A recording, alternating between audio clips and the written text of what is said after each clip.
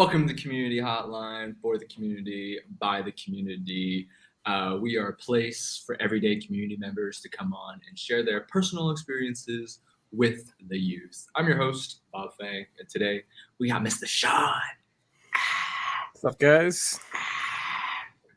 Why don't you introduce yourself a little bit? Hi, my name is Sean. I'm 27 this year and work in like a digital PR agency. I love that. I love that. Let's get into the tough questions, man. Right All right, into it. let's do it. Uh, what are three defining moments in your life and how did they impact you? Ooh, three defining moments. Oh man, we're really going deep.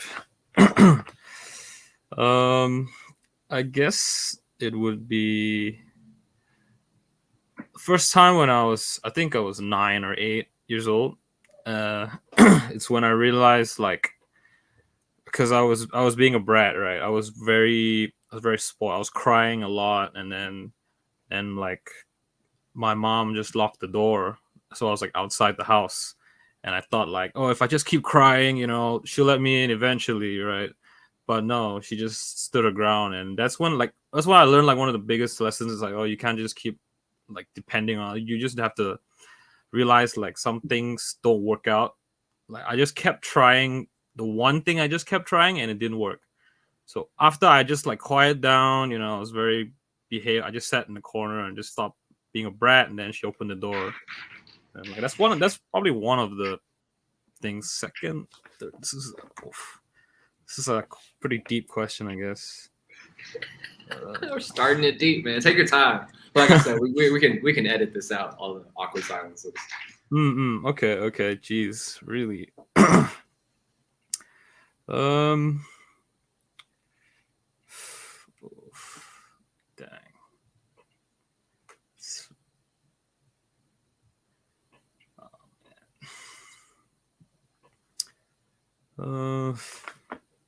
Okay, this is another one where I guess I was also a kid. I was 12 years old this time, and then oh man, let me think about this. Yeah, give me a minute, bro. This is like pretty deep.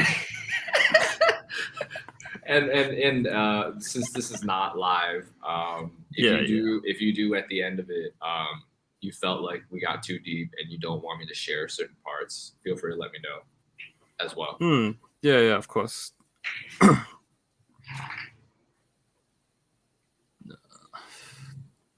All right, I'll pull up a more recent one, I guess. Yeah, I think I broke up last year.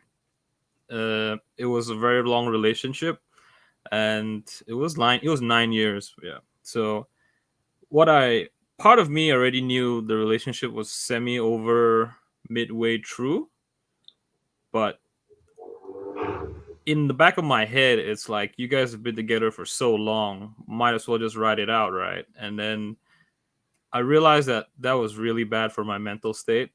Like I would just like it's not good in general. So once I got out of it, once I broke up, that's when like I really realized like wow, like things are actually very different. And then you start to see all the red flags you didn't see, and all the, on both sides there were a lot of toxic behavior. But the lesson I learned from that is like it doesn't matter like how long you've been holding on to something. Like if it's hurting you, I think you just really need to let it go. And I think that's I think that's the biggest takeaway I got from last year, actually. Okay, All recent breakup. right. Yeah. You have a final one, or obviously I'm going to dive deeper into all of these. I just Okay. wanted you to set the tone. Final one, man. Uh, the breakup one was like the easy one to pull up because of how recent it was. Third life lesson. Uh, okay. I guess when I was like middle school, I guess 12 to 13, I was like very unpopular. I used to try to bully people around, and I had close to no friends. I had like two to three, and then once I swapped schools, right? I went to another school. I told myself, I just said, you know what? I'm sick and tired of being the bully. I'm sick and tired of being lonely and at the, during lunchtime. So like I I kind of made a persona for myself. I shifted from the silent bully to like the class clown, and then I realized like, wow, if you make people laugh, they'll like you. Whew. So I guess, and then yeah, I really enjoyed the rest of my high school days. But I guess the message here or the lesson here is just like you have to. Anyone can change. I think at any point in your life, you can just say, "Hey, I don't want to be this guy anymore. So I'm going to be this other person that I think will be more enjoyable." So I think that's my take from this final message. I love that. I love that. So just to recap, we have the hard lesson learned with your mom. Yep. The being stubborn. Yep. We have the heartbreak, and Yep. then we have the changing of personalities through middle Yeah. school and high school.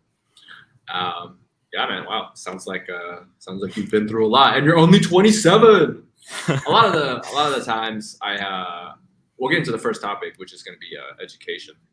Sure. A lot of the times when I talk to high school kids, they always feel like high school is the end all be all, right? Like this is my Mm. life, this is the whole world. When you were going through, can you elaborate a little bit more on you know on that change from being like the bully? Like, can you tell some stories about that, or Sure. what? Sure. Yeah, yeah, yeah. So I left my previous school because I got suspended twice for fighting. And if I got suspended one more time, I would have been expelled, and that would have been horrible on my record. So when I went to the new school, I realized that lifestyle was really bad. Having no friends, being a meanie, everyone doesn't like you, everyone stares at you. So I changed. I decided to become the class clown because I really wanted. I know this is going to sound a little bit shallow, but I really wanted to be popular. So, and it worked a lot in general. So the change, I think personally, is I stood up and said, okay, so here's what I want to do. I want to be funny. I want to be popular. So how do I do that? So I started off making jokes here and there, little small ones, and then I think I wouldn't say big break, but like the progression to get to the class clown level was like you make a big joke in front of like the class, and everyone like, hey, that guy's pretty funny, that guy's that's a pretty good joke, then you do that consistently enough, and then they'll think in their head, wow, every day I go to school I get to see this guy, he makes me laugh, man, I like this guy. Yeah. So I think the change was more, it's all in the mindset. It's basically I sat down and said, no, I don't want to be alone anymore. I don't want to be unpopular anymore. I said, okay, here's how.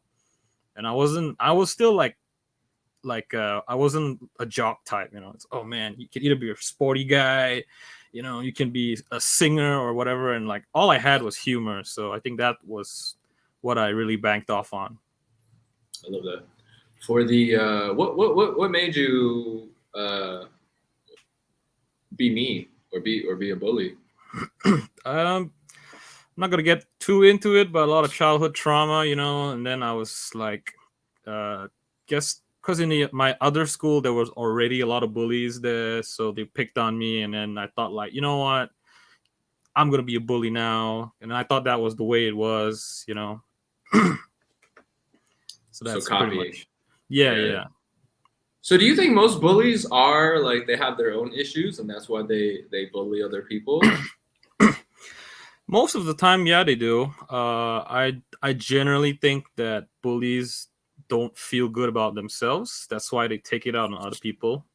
Mm. But at the end of the day, I think they're very, very sad or very, very insecure inside, and they just can't accept that. So they bully other people to make themselves feel better. Two-part question.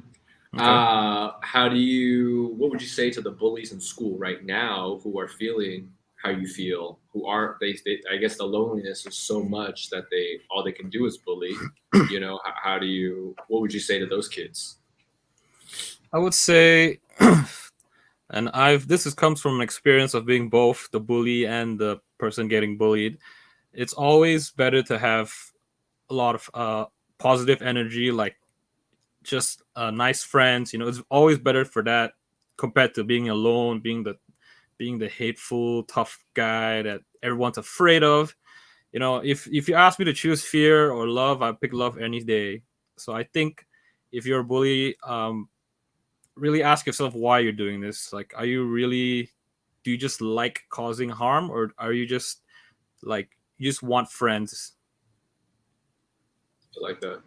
What about to the kids who are getting bullied? How do they deal with it? Um, I'm not gonna tell you the more dull advice like tell the teacher or whatever, but I'm going to tell you stand up for yourself. Really, just stand up for yourself. I'm not saying physically, but stand your ground and push back. Because if you don't, the bully will just continue to bully. And once you stand your ground, you realize like, okay, first it builds character. You don't let people push you around. Second of all, you become a different person once you realize that when faced with confrontation, you can actually hold your ground. I think it teaches a good lesson as well. Love that. You went to a Malay school, or No, I was in a private school and then an international school. The private school is the one where I got suspended in. got it, got it. And then you went to an international school during your high school years. Yeah. What would you say? How have you changed from high school to now? Oh, that's bad. I guess the core values are still the same. I learned a lot of social awareness in high school, but obviously as you mature, you really understand consequences now.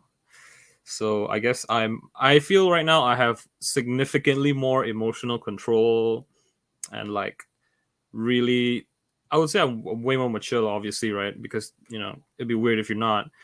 But yeah, I think emotional control is one thing I learned over the years that I'm the most grateful for, is that. What can you elaborate on that? When you meant like, how are you not able to control your emotions in high school, or what I were the mean, social things that you learned?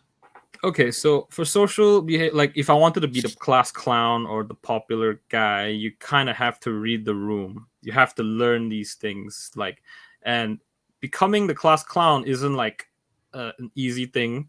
So you do a lot of jokes that miss. You know what I mean? So when you say like a really inappropriate joke or the one that just doesn't fly, everyone looks at you funny, and you feel that tension, you feel that anxiety. So you learn in your brain you go, okay, so this doesn't work. So in the future, I'm not going to do this anymore. So I think that's the social awareness. Also, you learn how to read the room. If something like bad happened, if it was a sad day, it's just not a day to crack jokes. If something bad happens, yeah, if you can tell, you walk in the room, everyone's bummed out. You just like, all right, something happened. Maybe I should just calm down. But if you go to the room, everyone's just like chilling, and you crack a joke and everyone looks at you, everyone laughs, then you realize that, hey, this is the time and place. So I Mm. learned a lot of this from 14 to 17 in high school. Actually, I think that's what I meant by social cues. And how has that helped you in your adult life? Oh man, I mean, so significant, man. Like, there's a lot of people I know that don't have this skill, which is like they'll just say the worst thing at the worst time, and they're not children anymore. They're like Personal adults. story, personal story, personal story. Oh man, I know this guy who I think I'm not gonna name names clearly, but like I think that time me and my other friends were hanging out, and he, I think one of my other friends like recent relative or cousin had passed on, and then he just came in and cracked like, oh haha, your family is gone or something, like something really really messed up, and I was like, what are you doing, man? I was like, bro, read the room, come on, man. Like, this is like the kind of thing you expect most people to have, but you'd be surprised. What like having working experience now outside of school. What are like the top three things that like surprise you? Um, working experience. I think one of the things I realized is that um, you don't. I guess this is more not really a work thing, but you don't actually feel more adulty. This is just adult tasks of like homework. Like coming from high school homework to college homework. This is just adult homework. So like, hey, get that deck done. All right, cool. When's it due? All right, it's due tomorrow. Got to do it.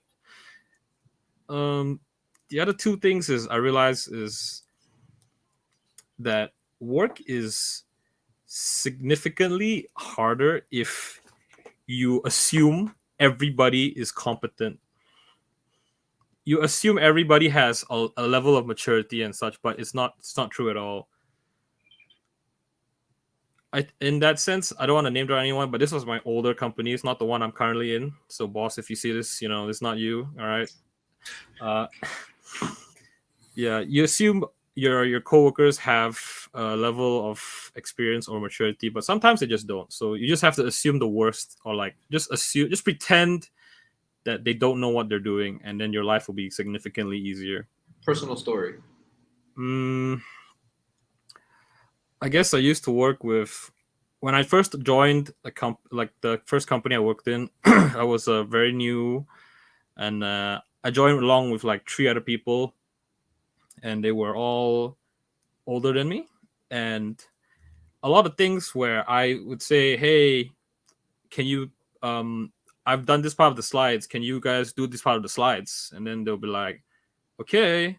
Then when I come back, like 2 days later, I check in, like the slides is like done probably like terribly. And I'm like, hey, I already did the format. Can you just please follow it? And then they'll say, okay, again. And then they'll do the same thing. And then I sat him down, like, do you know how to do this or not? Do you need my help? It's like, yeah, I actually don't know what I'm doing. And I'm like, okay, you should have just asked. I would have. I don't know how you got here, but I'm not gonna judge you for that. But I'll help you out. I guess the third thing is that in adult life, PR is very, very important. And what I mean by that is that it doesn't matter if you're the best employee in the world, you get all your stuff done on time, 100%. I mean, that's important too. But if you don't like rub elbows with the boss or your colleagues or I don't know anyone there, if you're the guy that just goes in, clock out, and then you don't say anything to anyone, chances are people won't like you. So that's how you have to climb the hierarchy, I guess. That's my opinion. Because most people I know who like to just say, yeah, I'm out the door. I don't talk to anyone. I just do my work. I mean, it's great, but at the same time, the bosses will consider like, hey, who should we give this promotion to? Should I give it to the guy that says hi to me every day? We grab a cup of coffee, or the guy that just tips and then I don't even see him at all. Yeah, I think that's the third life lesson is that you have to, no matter what they say, you have to have social interactions, PR, I'll call it. Did you do that in high school, or was that something you had to learn in during work?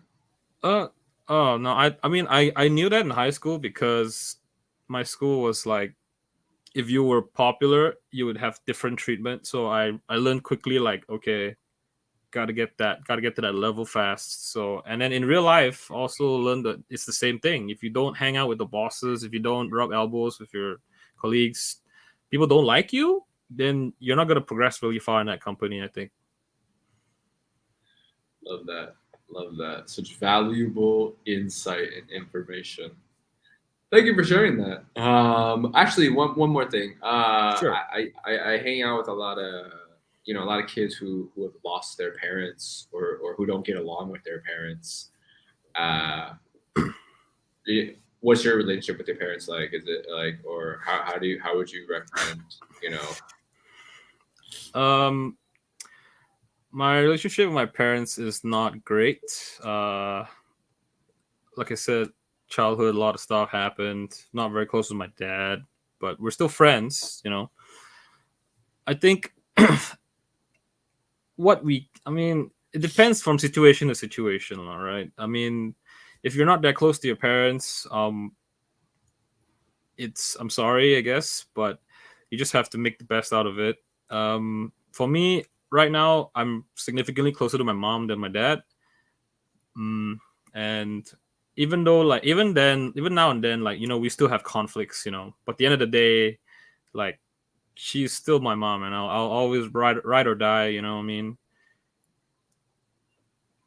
Yeah, I Okay. don't really, yeah, I Has don't your really has your have. relationship with your mom always been this tight, or is it like a new thing? We've been close like my whole life anyway, because I'm like an only child, so like one and only son. Yeah, sometimes she's been coddling me, like you like restricting, and then that was what like triggered the rebellious teenage phase, and then now I'm an adult. I pay taxes. Now she doesn't really care. I can do whatever I want. But yeah, she's still like, hey, maybe you shouldn't do that. And I'm like, come on, I'm 27. Just let me do things. All right. Got it. Got it. I love that. Cool. Let's move on to the next topic, which is going to be love. All right. Tell us about this breakup, man. How did it start? Beginning, middle, end. Oof, man. I don't want to. I don't want to give out like all the details, but Yeah, the yeah, highlights. yeah, highlights, sure. So we started off dating in high school when I was Okay. 17. Yeah. So, and then everybody says that high school relationships don't last, yada yada yada, and I was like, no, man, I'll prove you guys wrong. And then we got, I think, a few years in, there was like a big, like something really big happened. Like, oh man, should I fucking say it, dog? Yeah, there was cheating involved, right? Okay. So that Who was in the cheated? middle. Who cheated? Not me, bro. How'd you find out? How'd you find out? What were the signs? Tell it for the other kids. How to find? How do you know? How do you know? Dude, the worst part is I didn't like find out like myself, dude. Like one of her friends like hit me up like, bro, I don't know you, but I need to tell you something. And I'm like, all right. It's like your girl ain't loyal, bro. I'm like, what the heck? Who do you think you are, man? What do you mean? And he's like, man, trust me. You don't know me. This wasn't the guy he cheated on me with, but he's just like, yo, I'm just trying to help a friend out. I'm like, all right. And I confronted her and shit, and then yeah, that happened. And I was like, damn, that shit hurt. And this was halfway in, or this was Yeah, this or was this what? was halfway in. Okay, and you still stuck around. Yeah, it was super toxic after that. Like there was like I became super. I was an asshole after that. Oh, sorry, I swore. Give me the strike. Yeah, I was a bad person. Okay, yeah, that sounds worse. But yeah, I set up a lot of rules after that. Like, hey, you can't go out after a certain time. You gotta Uh, report to me when you hang out with hang out with dudes. And I didn't want that. I didn't want to do that either. But like, I felt like I had to do something to like prevent like any future, let's call it mishaps, right? Like, yeah. So at that point I was very controlling, and then after that it was like 3 more years after that, I think. Yeah, 3 more years after that, 4 more years after that, then I took a good look at myself in the mirror. I had gained like 20 to 30 kgs because of like constant booze, like any food. Yeah, so it was very very very toxic. Then I just woke up, I think one like in the middle of last year. I just said, no, I can't do this anymore. I'm already 27. I'm thinking about getting married in the future, and it's not going to be with you. So I just woke up one day and said, yeah, this is over. is this Yeah, a Malay girl or a Chinese girl or a the Filipino Chinese girl. girl? Yeah, it's Chinese girl. These Chinese girls, man, they're scandalous. Yeah, man. What are the, I guess, for the, for if you could go back in time, what would you tell yourself? Was it hard to let go, or If I could go back in time, I would probably tell myself like, hey, just don't continue the relationship after the whole cheating thing. You can do better, bro. Because the part of me stayed, like I said, because I thought like we've been so many years already. Also, very honest, like I was also very insecure. Like, man, what if I can't find a girl? What if this is the best I can get? You know what I mean? And all these self thoughts, like just yeah. So this was the so I guess this just happened last year, and she was the only one that you've ever dated, right? Yeah, she was like, I mean, yeah, she was my first real relationship. I mean, high school relationships, like I had a few like 1 2 month kind of things, but those are like I don't count those as real. I guess. What did your mom say? Does your mom know about all this, or? Of course, yeah. Yeah. I mean, I feel like this is the same as like all my friends as well. It's like once I broke up, then they'll start telling me what was bad about my ex partner, and I'm like, you guys couldn't tell me this earlier. Like, come on, man. Were you listening though? Would you have listened if they had told you earlier? I think I would honestly because I'm a very like self-diagnosed kind of guy, so I could tell like I wasn't like completely blinded by the red flags, but if someone else had told me like earlier, maybe I would have woken up. Actually, you know what? I'll take that. One of my friends actually told me before I broke up. Like, shout out to him. He's a cool guy. He actually like when he had a party and then he invited me and I said, should I bring my girlfriend? He's like, could you not? And then I was like, wow, okay, cool, all right, what's all right, cool. Then yeah, that kind of knew she was problematic, and I mean, I'm not putting the fault on her. I was a bad guy too, so yeah. Got it, got it. What is love? Love, oof. I think society's view on love is like super cinema, like too what's the word? Yeah, dramatized. Yes, sorry. So um, I think love for me is that person that is consistently ride or die, not just like when there's everyone likes the flowers and then the 5-star restaurant candlelight dinner. I think that's nice, but I don't think that's love. I think love is when you come back home and maybe like you've had a rough day and then like your partner just like gets you a cup of coffee or like pulls dinner out for you or like just says, "Hey, I know you had a rough day. Here's a glass of gin to unwind. I know you don't really want to talk about it, but like I'll be here if you need me." That for me like that's pure love, like because love is the boring parts. I think that's what I believe. Okay. Who was your first love? I Was it I her? don't. Yeah, probably because I don't count like middle school relationships or high Don't count school your mom. relationships. No I dog. mean, I feel like mom doesn't. I feel like mom is kind of cheating, right? It's like, wow, you didn't say your mom. She gave birth to you, bro. I'm like, yeah, bro, it's implied, right? Come. Yeah, I think it was probably her. Realistically, I would say. Got it. All right. Well, I hope your mom hears that. Let's go into the last topic of the day, which is money. Tell us, what is money? Like, what is money? You mean what is What money is to money? me?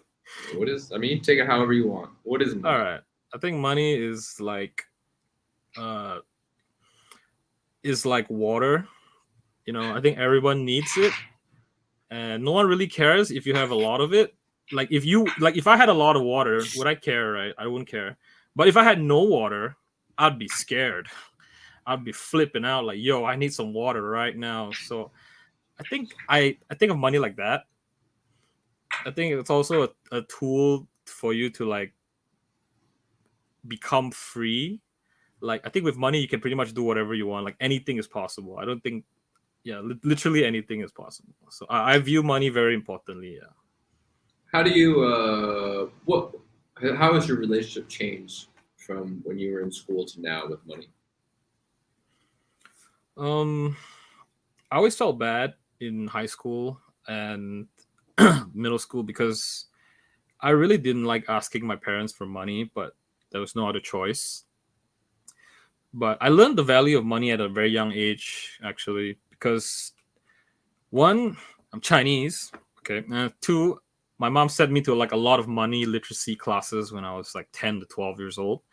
What? So yeah, yeah, I'm not joking. Yeah, she sent me to like a few classes designed for children to teach you the value of money, where every week you can do tasks to gain like a fake money, and then at the end of the semester or whatever, you can buy real world items. Like they'll let you trade in for like an MP3 player or like a nice jacket. Yeah, so I learned the value of money pretty early.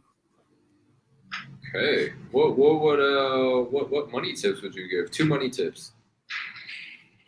um Let me think. Two money tips. Oof.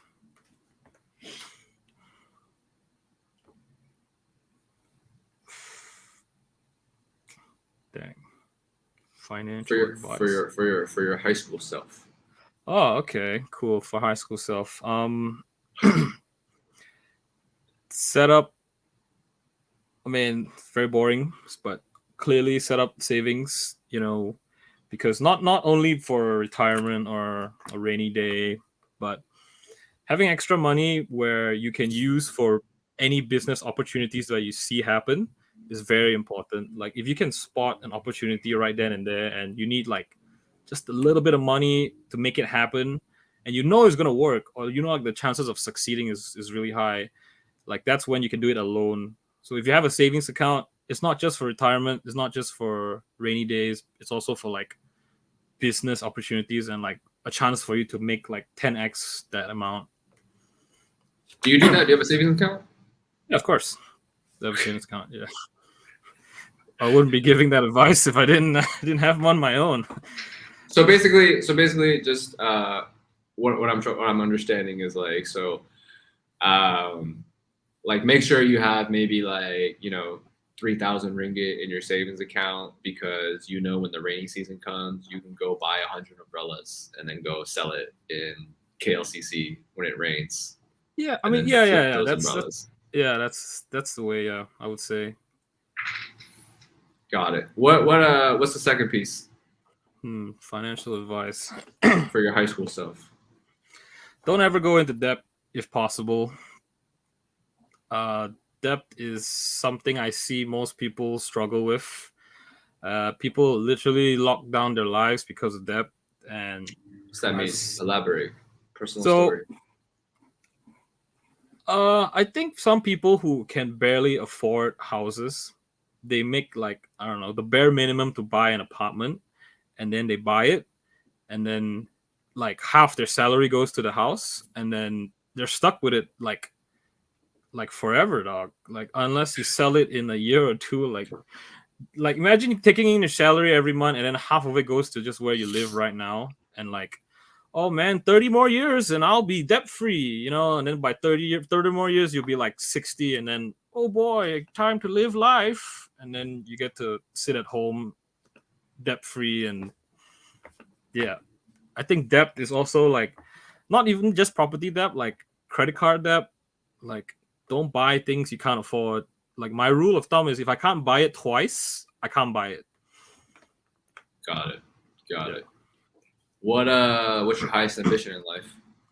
Highest ambition, man, I just want to be rich, bro. What's that I mean? want I want to have enough money to say that I can pretty much do whatever I want.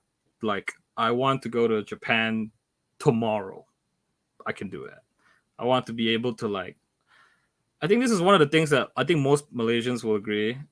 Everyone wants to get like rich enough to when you go to a restaurant and you don't bother looking at prices. That's like one of the best feelings that you can possibly imagine, because you can just, oh, what I feel like eating, I don't have to care about the exact ringgit. Oh, this steak is actually 69.99. Oh man, but the chicken shop is $20 cheaper, and maybe I should go for that instead. I think my ambition is just to be financially free, and then I will just enjoy life. That's why you go to mixed rice every day.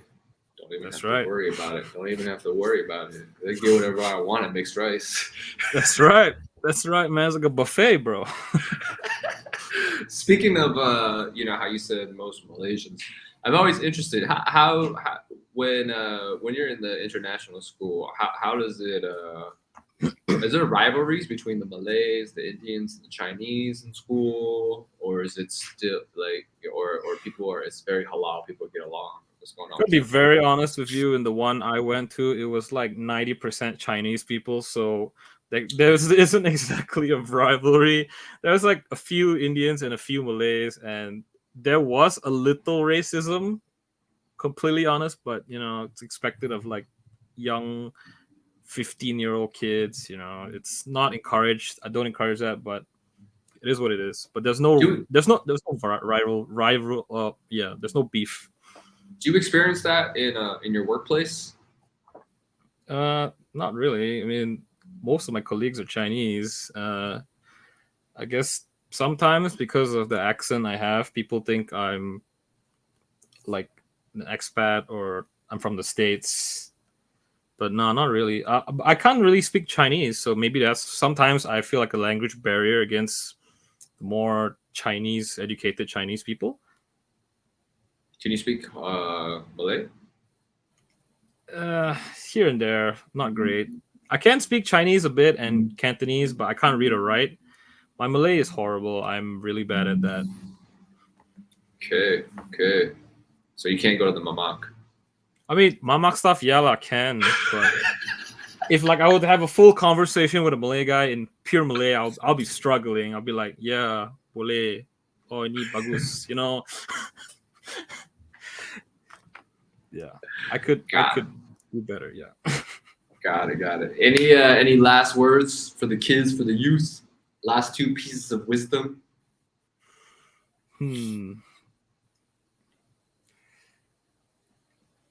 Be careful of all the information that you consume.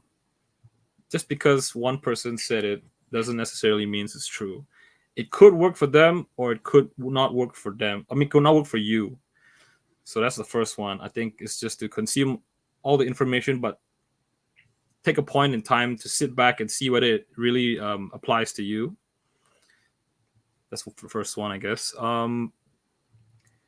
Second one is super cliche and super cheesy. It's just stay strong. I think people need to realize that failing is a good thing sometimes because it teaches you a lesson on what you did wrong and how you can fix yourself. So every time you fail, every time you lose or you make a mistake, don't ever say like, oh, I'm never doing that again. No, it's a good lesson. So stay strong, stay persistent, and then you'll definitely succeed in life if you work hard and stay strong. Okay, got it. Got it. Let's see. Where can people find you if they are looking for to talk more, or if they want to ask you any more questions? I guess my Instagram at Mr. _ Party Guy. Yeah, I think that's probably the best way. If you just want to DM me, that's fine. That's cool. We It's can have a Mr. conversation Underscore, there. right? It's Yeah, Mr. Mr. Underscore Party Guy. Party Guy. Yeah. I get This that right there. right. It's not Yeah. Mr. Party Guy. That handle was taken, so I wish I had that handle. You're right. It's Mr. Underscore Party Guy. Got it. Cool, bro.